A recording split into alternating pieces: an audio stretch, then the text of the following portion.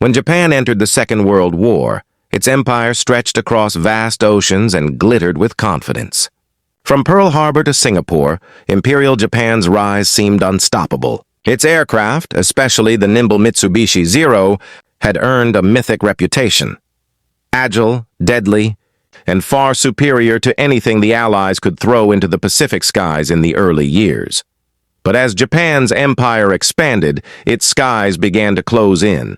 The United States, humiliated at Pearl Harbor, had set into motion an industrial juggernaut unlike any in history. Factories from Kansas to California roared to life, churning out planes faster than Japan could even dream of building. Yet, among all those designs, one aircraft stood above them all, literally above.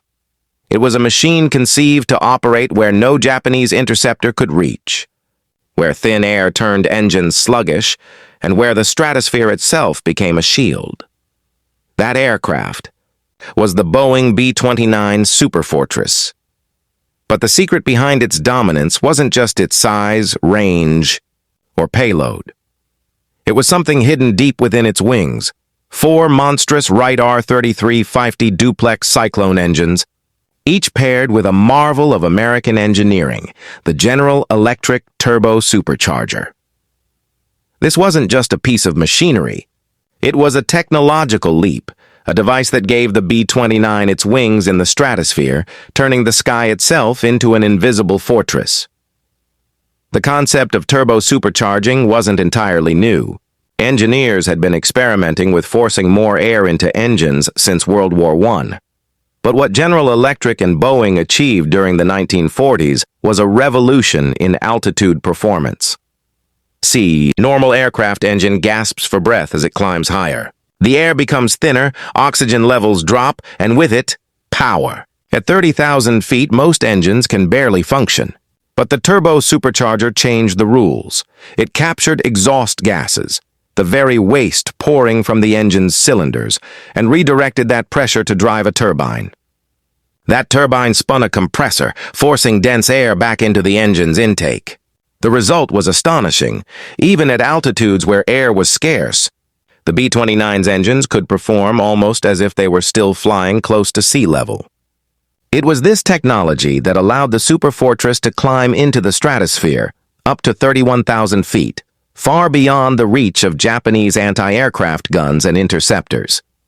For Japan, this was something entirely new. Their best fighters, like the Zero or the Ki-43 Hayabusa, were optimized for low and mid-altitude combat. Lightweight, with thin skins and air-cooled engines, they could turn on a dime but struggled to breathe at higher altitudes. Even the later models of the Ki-84 or J-2M Raiden, designed for interception, were no match for bombers flying above 30,000 feet. When the first reports of American bombers flying so high they looked like silver dots reached Japanese command, disbelief followed. No aircraft should have been able to carry tons of bombs to such heights, let alone across thousands of miles of ocean. And yet, that's exactly what the B-29 did. The B-29's debut in the Pacific came through Operation Matterhorn, a bold and complex plan to strike the Japanese home islands from bases in India and China. It was an operation plagued with logistical nightmares. Fuel had to be carried over the Himalayas, the hump, at terrible cost. But the mission was proof of concept. The B-29 could reach Japan. The Japanese pilots who scrambled to intercept these strange, distant intruders found themselves climbing until their engines screamed and their controls stiffened. At 30,000 feet, the once dominant Zero became sluggish and unresponsive. Even if they managed to reach the altitude, they had only seconds to line up a shot before stalling out. Meanwhile, the B-29s, pressurized and heated, cruised serenely in the icy upper atmosphere, their gunners peering down at the interceptors struggling below. For the first time in the war, Japan realized it faced an enemy that fought not just with men and machines, but with science itself. Inside every B-29 engine, temperatures soared to extremes. The turbo-supercharger spun at speeds exceeding 20,000 revolutions per minute. Each one had to handle exhaust gases hotter than molten lava. It was cutting-edge metallurgy, and sometimes dangerously so. Engines overheated, fires broke out, and maintenance crews struggled to keep up. Many B-29s were lost to mechanical failure long before the enemy ever saw them. But when they worked, they were unmatched. The aircraft could climb over weather fronts, fly above flak bursts, and drop its deadly payloads with impunity. Japanese cities that once seemed beyond the reach of bombers, Tokyo, Nagoya, Osaka, were suddenly vulnerable. To the Japanese people, the sound of those distant engines high above was haunting. They called them B-san, or Mr. B. The bombers came from nowhere, glimmering in the thin sunlight at the edge of space. Anti-aircraft gunners fired blindly, hoping luck would succeed where physics failed. But the shells burst harmlessly thousands of feet below. The B-29s had turned the very atmosphere into their armor, and all because of one machine, a spinning turbine that forced the impossible into existence. The Japanese command knew they had to respond. But how do you fight an enemy that doesn't even share the same sky? They began to rush high-altitude interceptor projects, the Nakajima Ki-87, the Kawasaki Ki-108, even jet prototypes. But each one faced the same reality. Japan's industry, starved by blockade and bombing, could no longer compete in the race of altitude and innovation. The Americans had conquered a new frontier. Not land, not sea, but the air above the air. And the supercharger, that brilliant, fiery heart of the B-29, had given them the key. By mid-1944, the United States had turned the B-29 from an ambitious experiment into an unstoppable instrument of war. Each Superfortress represented the peak of American industrial science, a flying machine that combined power, altitude, and range in a single breathtaking package. While Japan still relied on aircraft designed in the 1930s, the B-29 embodied everything the new age of aviation could offer. Its turbo-supercharged engines allowed it to fly where air was razor-thin, yet its pressurized fuselage kept crews warm and alert, thousands of feet above any Japanese fighter. For the men inside, missions were brutal marathons, 10, sometimes 12 hours long. They took off from airfields in India, China, and later the Marianas Islands, climbing slowly into air so thin that frost formed on their windows. But at those altitudes, the Superfortress lived up to its name. The Japanese below could only watch as silver glints crossed the sky. When U.S. Marines stormed ashore on Saipan in June 1944, they weren't just capturing land, they were capturing launch pads. From the Marianas, Japan lay within striking distance. The Pacific War had turned, and the B-29 was now its spearhead. Construction crews worked day and night, turning coral atolls into vast runways, 10,000 feet long, paved with crushed limestone and steel mats. The bases that rose on Tinian and Guam became the largest air operations in the world. By late 1944, hundreds of superfortresses lined the runways. Each was armed, fueled, and ready to bring a new kind of war to Japan. But power came at a cost. The Wright R-3350 was both a marvel and a menace. Its turbo-superchargers made flight in the stratosphere possible, but they pushed the engine to the edge of endurance. On the ground, maintenance crews called them time bombs. A loose bolt, a small oil leak, or an overheated turbo could turn an entire bomber into a fireball. Early missions saw dozens of B-29s lost to engine fires before they even reached their targets. Yet the crews pressed on. They knew that if they could master this machine, they could strike Japan in ways that had once seemed impossible. Every successful mission meant a new chapter in aerial warfare, one written not with courage alone, but with engineering brilliance. Altitude 30,000, 31,000, leveled off. The pilot's voice was calm, but everyone knew what those words meant. At that height, the B-29 was untouchable. Even the few Japanese interceptors that managed to climb that far arrived half dead, their engines starving for oxygen. The Superfortress could cruise above the jet stream, beyond the flak and release its bombs with deadly precision, or so they hoped. But at those altitudes, another enemy waited, the wind itself. Jet streams over Japan roared at over 200 miles per hour. Bombs dropped from 30,000 feet drifted wildly, scattering far from their intended targets. Factories, shipyards, and arsenals remained untouched while bombs fell harmlessly in fields and forests. The technology had given the B-29 the sky, but not yet accuracy. Frustration grew in Washington. The aircraft performed perfectly. The results did not. Commanders needed new tactics, ones that used the B-29's strengths rather than fighting against them. General Curtis LeMay, the man who would later become synonymous with firebombing Japan, took command of Hexalemon Bomber Command in early 1945. He was blunt, ruthless, and utterly determined to make the Superfortress live up to its name.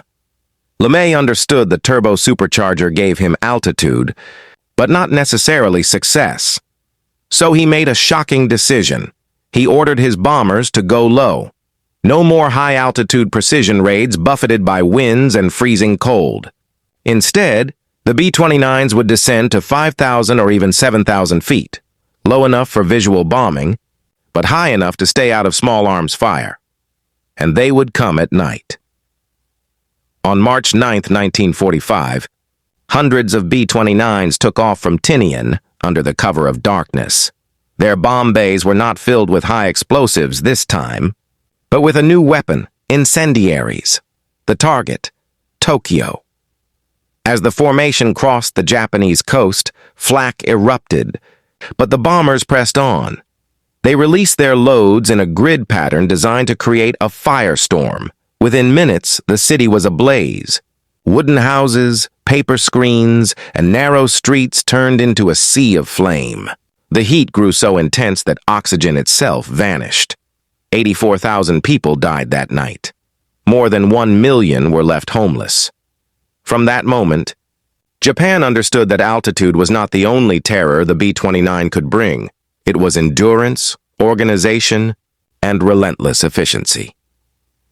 The same turbo-superchargers that once carried the Superfortress beyond reach were now helping power its engines deep into the night, keeping the aircraft stable under heavy loads and long distances. They could strike anywhere, anytime. Japan's air defense network began to collapse. The radar operators detected incoming bombers but couldn't track their altitude. Some B-29s flew high to confuse defenses. While others slipped in low, their engines throttled back, nearly invisible in the dark. Japanese pilots scrambled in small groups, desperate to intercept. They climbed through the dark, their oxygen masks frosting, searching for the ghostly silver bombers. Few ever reached them. At 25,000 feet, most engines struggled. At 30,000, many simply quit. Turbo-supercharging technology, something Japan had never prioritized, now became the difference between defense and disaster. Without it, the imperial homeland lay naked beneath the cold stars. In the United States, factories ran around the clock. General Electric refined the turbo-supercharger's design, producing units faster, stronger, and more reliable. By spring 1945, each B-29 carried an engine package that could deliver over 2,200 horsepower, power that held steady even as they soared above 30,000 feet. No other nation in the world fielded an engine that could match that combination of altitude and reliability. Japan's engineers tried desperately to copy the principle. They tested crude turbochargers, often scavenged from captured American wrecks, but they lacked the precision metals and machining required to make them work. The empire that once ruled the skies over the Pacific now stood defenseless under them. From the stratosphere, the world looked peaceful, blue oceans, white clouds, and a small chain of islands below.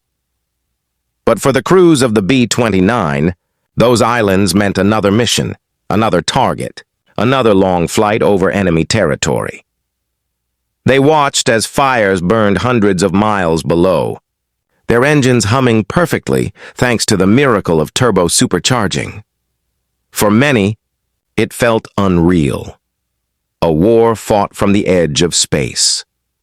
The Japanese called them the invisible bombers.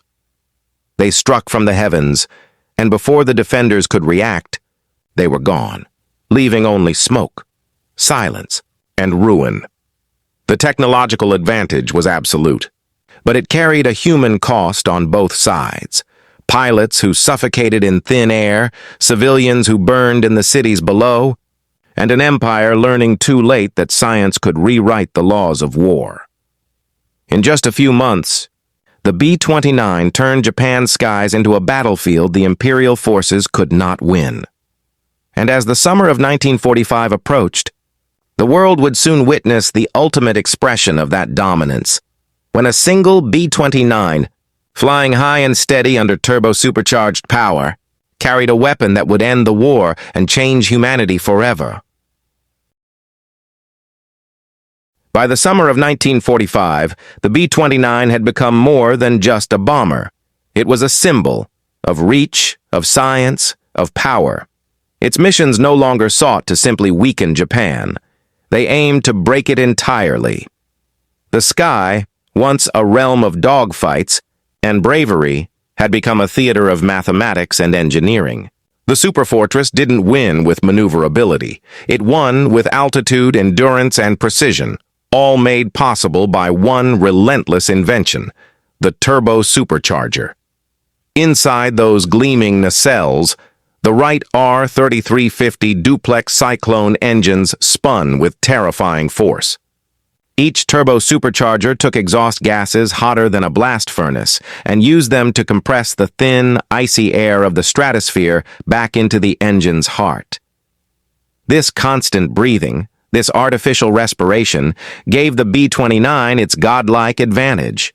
Without it, the missions that followed would have been impossible. Tinian Island, a small speck in the Pacific, just 12 miles long and 6 miles wide, became the most important piece of land on Earth. Here, engineers carved out the largest airfield complex ever built. Northfield and Westfield together could handle hundreds of B-29s at once.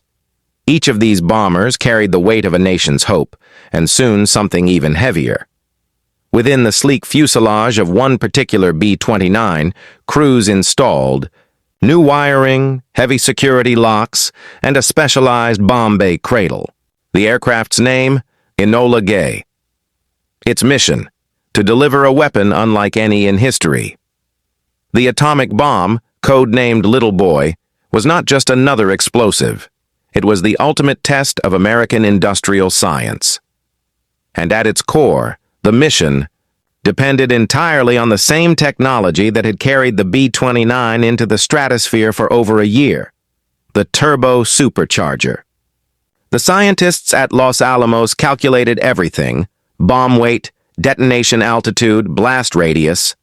But it all came down to one question: could an aircraft fly high enough, fast enough, and steady enough to carry a 10,000-pound weapon safely across 1,500 miles of ocean and escape the shockwave of its own creation? Only one aircraft in the world could do it. August 6, 1945, dawn broke over the Pacific. Colonel Paul Tibbets climbed into the Enola Gay. Around him, his crew checked gauges, oxygen, and fuel levels. The 4 Wright engines came to life with a deafening roar. Each turbo-supercharger spooled up, glowing cherry red as it forced breath into the engines. At 2:45 a.m., the Enola Gay lifted off the runway and began her long ascent into the night. By the time she reached cruising altitude, the aircraft was high above the clouds, the stars shimmering in the thin, cold air. The turbo-superchargers maintained perfect pressure, a feat no Japanese aircraft could match. The journey to Hiroshima had begun. As the bomber approached the Japanese mainland, radar operators detected her, but the blip seemed meaningless. Just 1 or 2 aircraft, far too small to be a formation. The warning went largely ignored. At 8:15 a.m., the Enola Gay reached the target zone. Bombardier Thomas Farabee peered through his Norden sight and released Little Boy. The aircraft banked sharply and began to climb, the turbo-superchargers screaming as the engines strained for every ounce of altitude. 43 seconds later, a second sun rose over Hiroshima. The shockwave struck the aircraft even at 31,000 feet, rattling the fuselage but leaving it intact. Below, an entire city vanished in seconds. The mission had succeeded because the B-29 could fly higher, faster, and farther than anything Japan could counter. The turbo-supercharger had carried humanity into the atomic age. In Tokyo, silence followed the reports. At first, Japanese officers believed it was a massive conventional attack, maybe a chemical explosion. But soon, reconnaissance confirmed what no one wanted to believe. A single bomb, dropped from a single aircraft, had destroyed a city. 3 days later, another B-29, Bockscar, took off from Tinian, its engines humming with the same unshakable rhythm. The destination, Nagasaki. The bomb, Fat Man. Once, again, the Superfortress climbed into the stratosphere far above the last remnants of Japan's air defenses. Its turbo-superchargers kept the engines roaring even as the air thinned to nothing. When Fat Man fell, the world changed forever. For Japan's leaders, the realization was devastating. Their once proud air force could no longer touch the enemy. The B-29s came at will, sometimes in waves of hundreds, sometimes alone, each time unstoppable. The Imperial Army's interceptors, the J-2M Raiden, Kai-84, Kai-87, all had potential, but not the means. Without reliable turbo-superchargers, their engines suffocated above 25,000 feet. They were trapped in a lower atmosphere, powerless to reach the gods above. In desperation, Japan turned to the kamikaze. If they couldn't climb to the B-29s, they would wait for them to descend. But even then, the Superfortress flew too high, too far, too well defended. The war in the air had become one-sided, a slow, inevitable march toward surrender.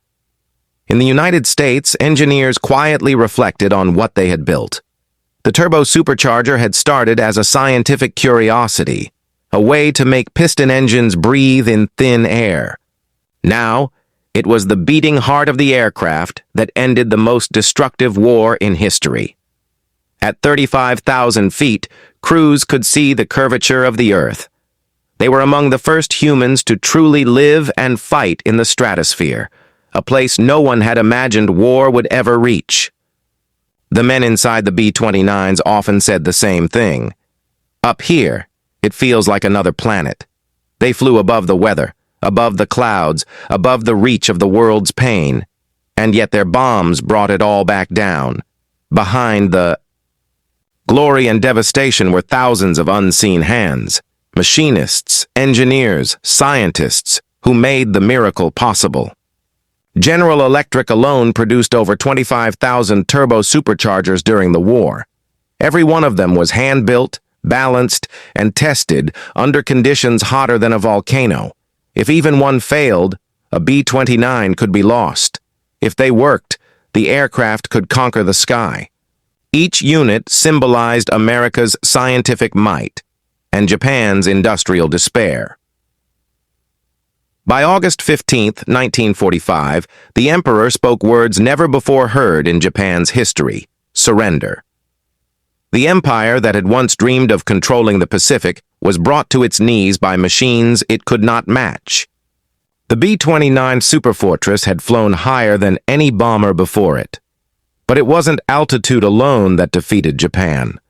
It was what that altitude represented: a triumph of engineering, of industry, of an idea that man could master even the stratosphere. And at the center of it all spun 4 small turbines, glowing red in the darkness, whispering the sound of the future. The engines of the apocalypse. August 1945. Japan was silent. The skies that had once thundered with the Sound of engines now echoed with nothing but wind. The war that began with surprise attacks and swift conquests had ended in surrender, delivered not by armies or fleets, but by bombers flying higher than anyone thought possible. For the Japanese people, the B-29 became the final messenger of war, a silver phantom that ruled the heavens. For the United States, it became the machine that proved one unshakable truth: science had won the Second World War. When the guns fell silent, thousands of superfortresses lined the airfields of Guam, Tinian, and Saipan. They had served their purpose, an iron rain that crushed cities and shattered an empire. Yet, even in victory, engineers and commanders knew what the B-29 truly represented. It wasn't just a bomber. It was the final form of piston-powered flight, a monument to human ingenuity before the dawn of the jet age. Its turbo-superchargers had carried it beyond limits once thought absolute. But soon, even that technology would be eclipsed by engines that needed no air compression at all. Still, for one brief, brilliant moment, the B-29 stood unmatched. After the war, hundreds of B-29s were flown back to the United States or scrapped in the Pacific. The Army Air Forces no longer needed such massive fleets. But the technology, the lessons, the engineering would never be forgotten. In laboratories and design offices, engineers studied every detail of the turbo-supercharger. They saw how it could extract energy from exhaust, how it turned waste heat into power, how it gave engines breath where none should exist. That principle, reclaiming lost energy, became the foundation of the jet turbine itself. The line from the B-29's glowing turbo-superchargers led straight into the future. Across the Atlantic and Pacific, the world's best minds raced into a new era. In America, the P-80 shooting star soared into the skies. In Britain, the Gloucester Meteor took flight. And in Germany, even before its fall, the Me-262 had proven that jet propulsion was the future of warfare. But none of these machines could have existed without the lessons learned from turbo-supercharging. Those same principles, managing heat, pressure, and airflow at unimaginable speeds, were now being applied to engines that no longer relied on propellers. The turbo-supercharger had been the bridge between the piston and the jet. It was the final breath of one age and the first whisper of another. In post-war Japan, silence turned into reflection. The nation's engineers, scientists, and aviators, once forbidden to build weapons, now studied their defeat. They asked the same question over and over. How did America fly so high? They examined wrecked B-29s that had crash-landed or been forced down. They measured the turbines, traced the pipes, and stared in awe at the complexity of the General Electric turbo-superchargers. Each one was a masterpiece, precision-crafted with metals Japan could no longer produce during the war. It was clear. Their own industry, once proud, had lagged a generation behind. This realization would transform Japan's post-war future. Out of the ashes, Japan began to rebuild, not as a military empire, but as a technological powerhouse. Former aircraft engineers joined companies like Mitsubishi, Kawasaki, and Nakajima, reborn under new names. They brought with them the lessons of defeat. They knew that the key to survival in the modern world wasn't just courage or manpower, it was innovation. And innovation began with understanding power, air, heat, compression, precision, the very forces the B-29's turbo-superchargers had mastered. In the decades that followed, those same minds would help create Japan's miracle industries, automobiles, electronics, and aviation reborn for pieces. The engineers who once studied the enemy's engines would go on to design the technologies that powered a new Japan. The same sky that once rained fire now carried airliners, bearing the red sun across oceans in peace. Today, the B-29 stands silent in museums, polished, perfect, and cold. Visitors see a machine of metal and rivets, but few truly understand the miracle inside those wings. Those spinning turbines were the pulse of an idea, that with enough knowledge, man could command even the air that tries to kill him. Every time a modern jet climbs above the clouds, it carries a trace of that legacy. The same science that let the Superfortress conquer the stratosphere now lets airliners glide effortlessly at 35,000 feet. The whisper of a turbo-supercharger lives on in every jet. Engines hum. For the air crews who flew those missions, the memory never faded. They had seen the world from a place no one had ever fought before. A world of ice, silence, and sunlight so bright it hurt to look at. They had watched their bombs fall for miles, tiny black dots that turned into fire. And they had carried the weight of knowing that the very thing that gave them survival, altitude, also gave them distance from the destruction below. Many of them would later say that the higher they flew, the more human life seemed small and fragile. They had touched the edge of the heavens, but they could never escape what it cost. The B-29's legacy was not only written in war, but also in the peace that followed. Japan's surrender was total, but its rebirth was extraordinary. And in that rebirth was a quiet tribute to the very science that had once destroyed it. In time, Japanese engineers would help develop some of the most advanced turbojet and turbofan systems in the world. They mastered the very art that once defeated them. The lesson had been cruel, but it was complete. Power without understanding was fleeting. Understanding turned power into progress. By the late 1940s, the B-29's era was ending. New bombers like the B-36 and B-47 were already taking shape. Sleek, jet-powered giants that owed their lineage to the Superfortress. But those who built the B-29 knew what it meant. It was the end of one chapter, the dawn of another. The Turbo-Supercharger, once the most advanced piece of machinery ever fitted to an airplane, now gave way to the jet turbine, its spiritual descendant. The dream of flight had moved from pistons and propellers to pure thrust. Yet in every roar of a jet engine, there still echoes the sound of those spinning turbines from 1944, hot, loud, and relentless, pushing mankind beyond the sky it once thought unreachable. The B-29 was the bridge between worlds, between the mechanical and the atomic, between the war-torn past and the technological future. Its turbo-superchargers didn't just power engines. They powered a transformation that would redefine not just how wars were fought, but how the human race would fly forever. By mid-1945, the war in the Pacific was reaching its violent crescendo. Japan was surrounded, its navy shattered, its cities scarred by relentless fire. Yet up in the stratosphere, something extraordinary was happening. The B-29 Superfortress had turned the very sky into a weapon of dominance. And it was all because of one overlooked piece of machinery, the turbo-supercharger. To most people, it was just a metal snail bolted to an engine. But to American engineers, it was the bridge between the limits of air and the endlessness of the heavens. This tiny invention gave the B-29 something no other bomber in the world possessed: the ability to strike from the edge of space, unseen, untouched, and unstoppable.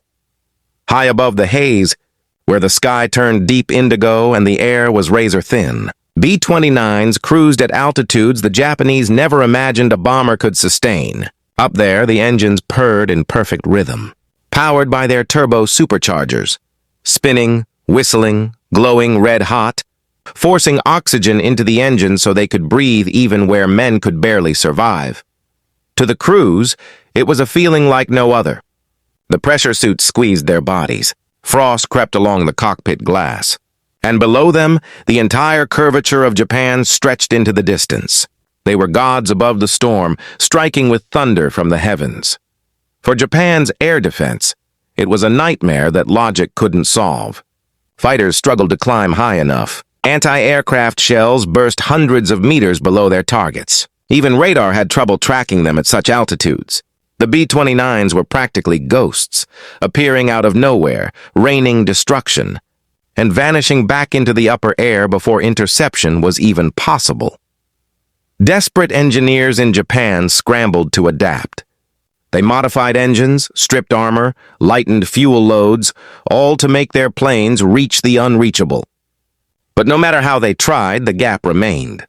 The B-29's turbo-superchargers had rewritten the rules of aerial warfare.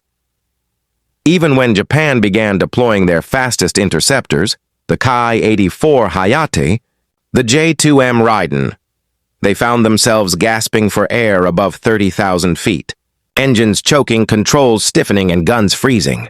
Meanwhile, the American bombers flew steady, smooth, and confident. Every mission was proof that technology had become the new weapon of strategy.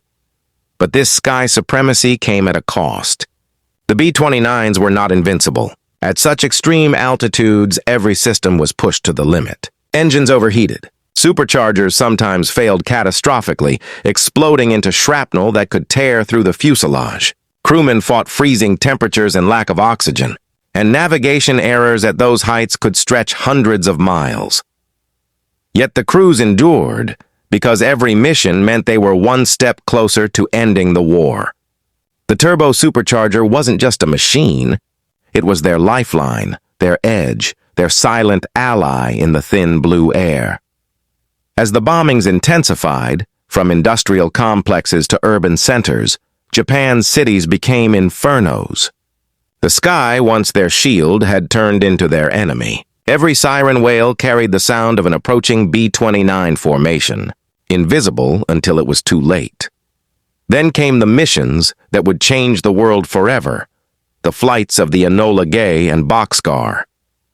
Two B-29s, both powered by the same turbo-supercharged engines that had carried countless crews across the Pacific, now carried weapons unlike anything mankind had ever unleashed. At 31,000 feet, as the bomb bay doors opened, there was silence, the calm before history.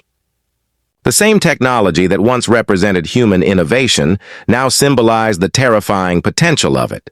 When the atomic bombs fell on Hiroshima and Nagasaki, it wasn't just the end of a war. It was the birth of an age where altitude meant power and technology meant dominance. After the war, Japan studied the wreckage of downed B-29s. Engineers were stunned. The turbo-superchargers seemed alien, complex piping, heat-resistant alloys, precision balancing. It was decades ahead of their own designs. They realized they had been fighting an enemy not just of men, but of machines far beyond their reach. In time, those same principles would inspire Japan's post-war engineers, driving their own aviation and automotive industries forward. Ironically, the very technology that had devastated them also taught them how to rebuild stronger.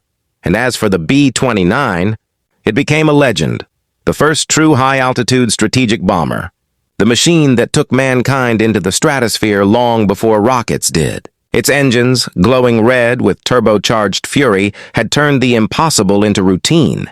It proved that with enough innovation, even the sky could be conquered. Today, when you look at modern jets streaking across the upper atmosphere, or spacecraft piercing the edge of space, it all traces back to that moment in history, when engineers decided that altitude would no longer be a limit. The B-29's turbo-superchargers were the ancestors of the jet age, the whispering ghosts that taught humanity how to live and fight above the clouds. For Japan, the lesson was unforgettable. You can prepare for war on land, sea, and even air. But when your enemy owns the stratosphere, you are already defeated. And so, from the burning skies of Tokyo to the silent glow of the upper atmosphere, the story of the B-29 remains a testament to one truth, that victory isn't always forged in courage alone, but in the quiet hum of innovation spinning at 20,000 revolutions per minute.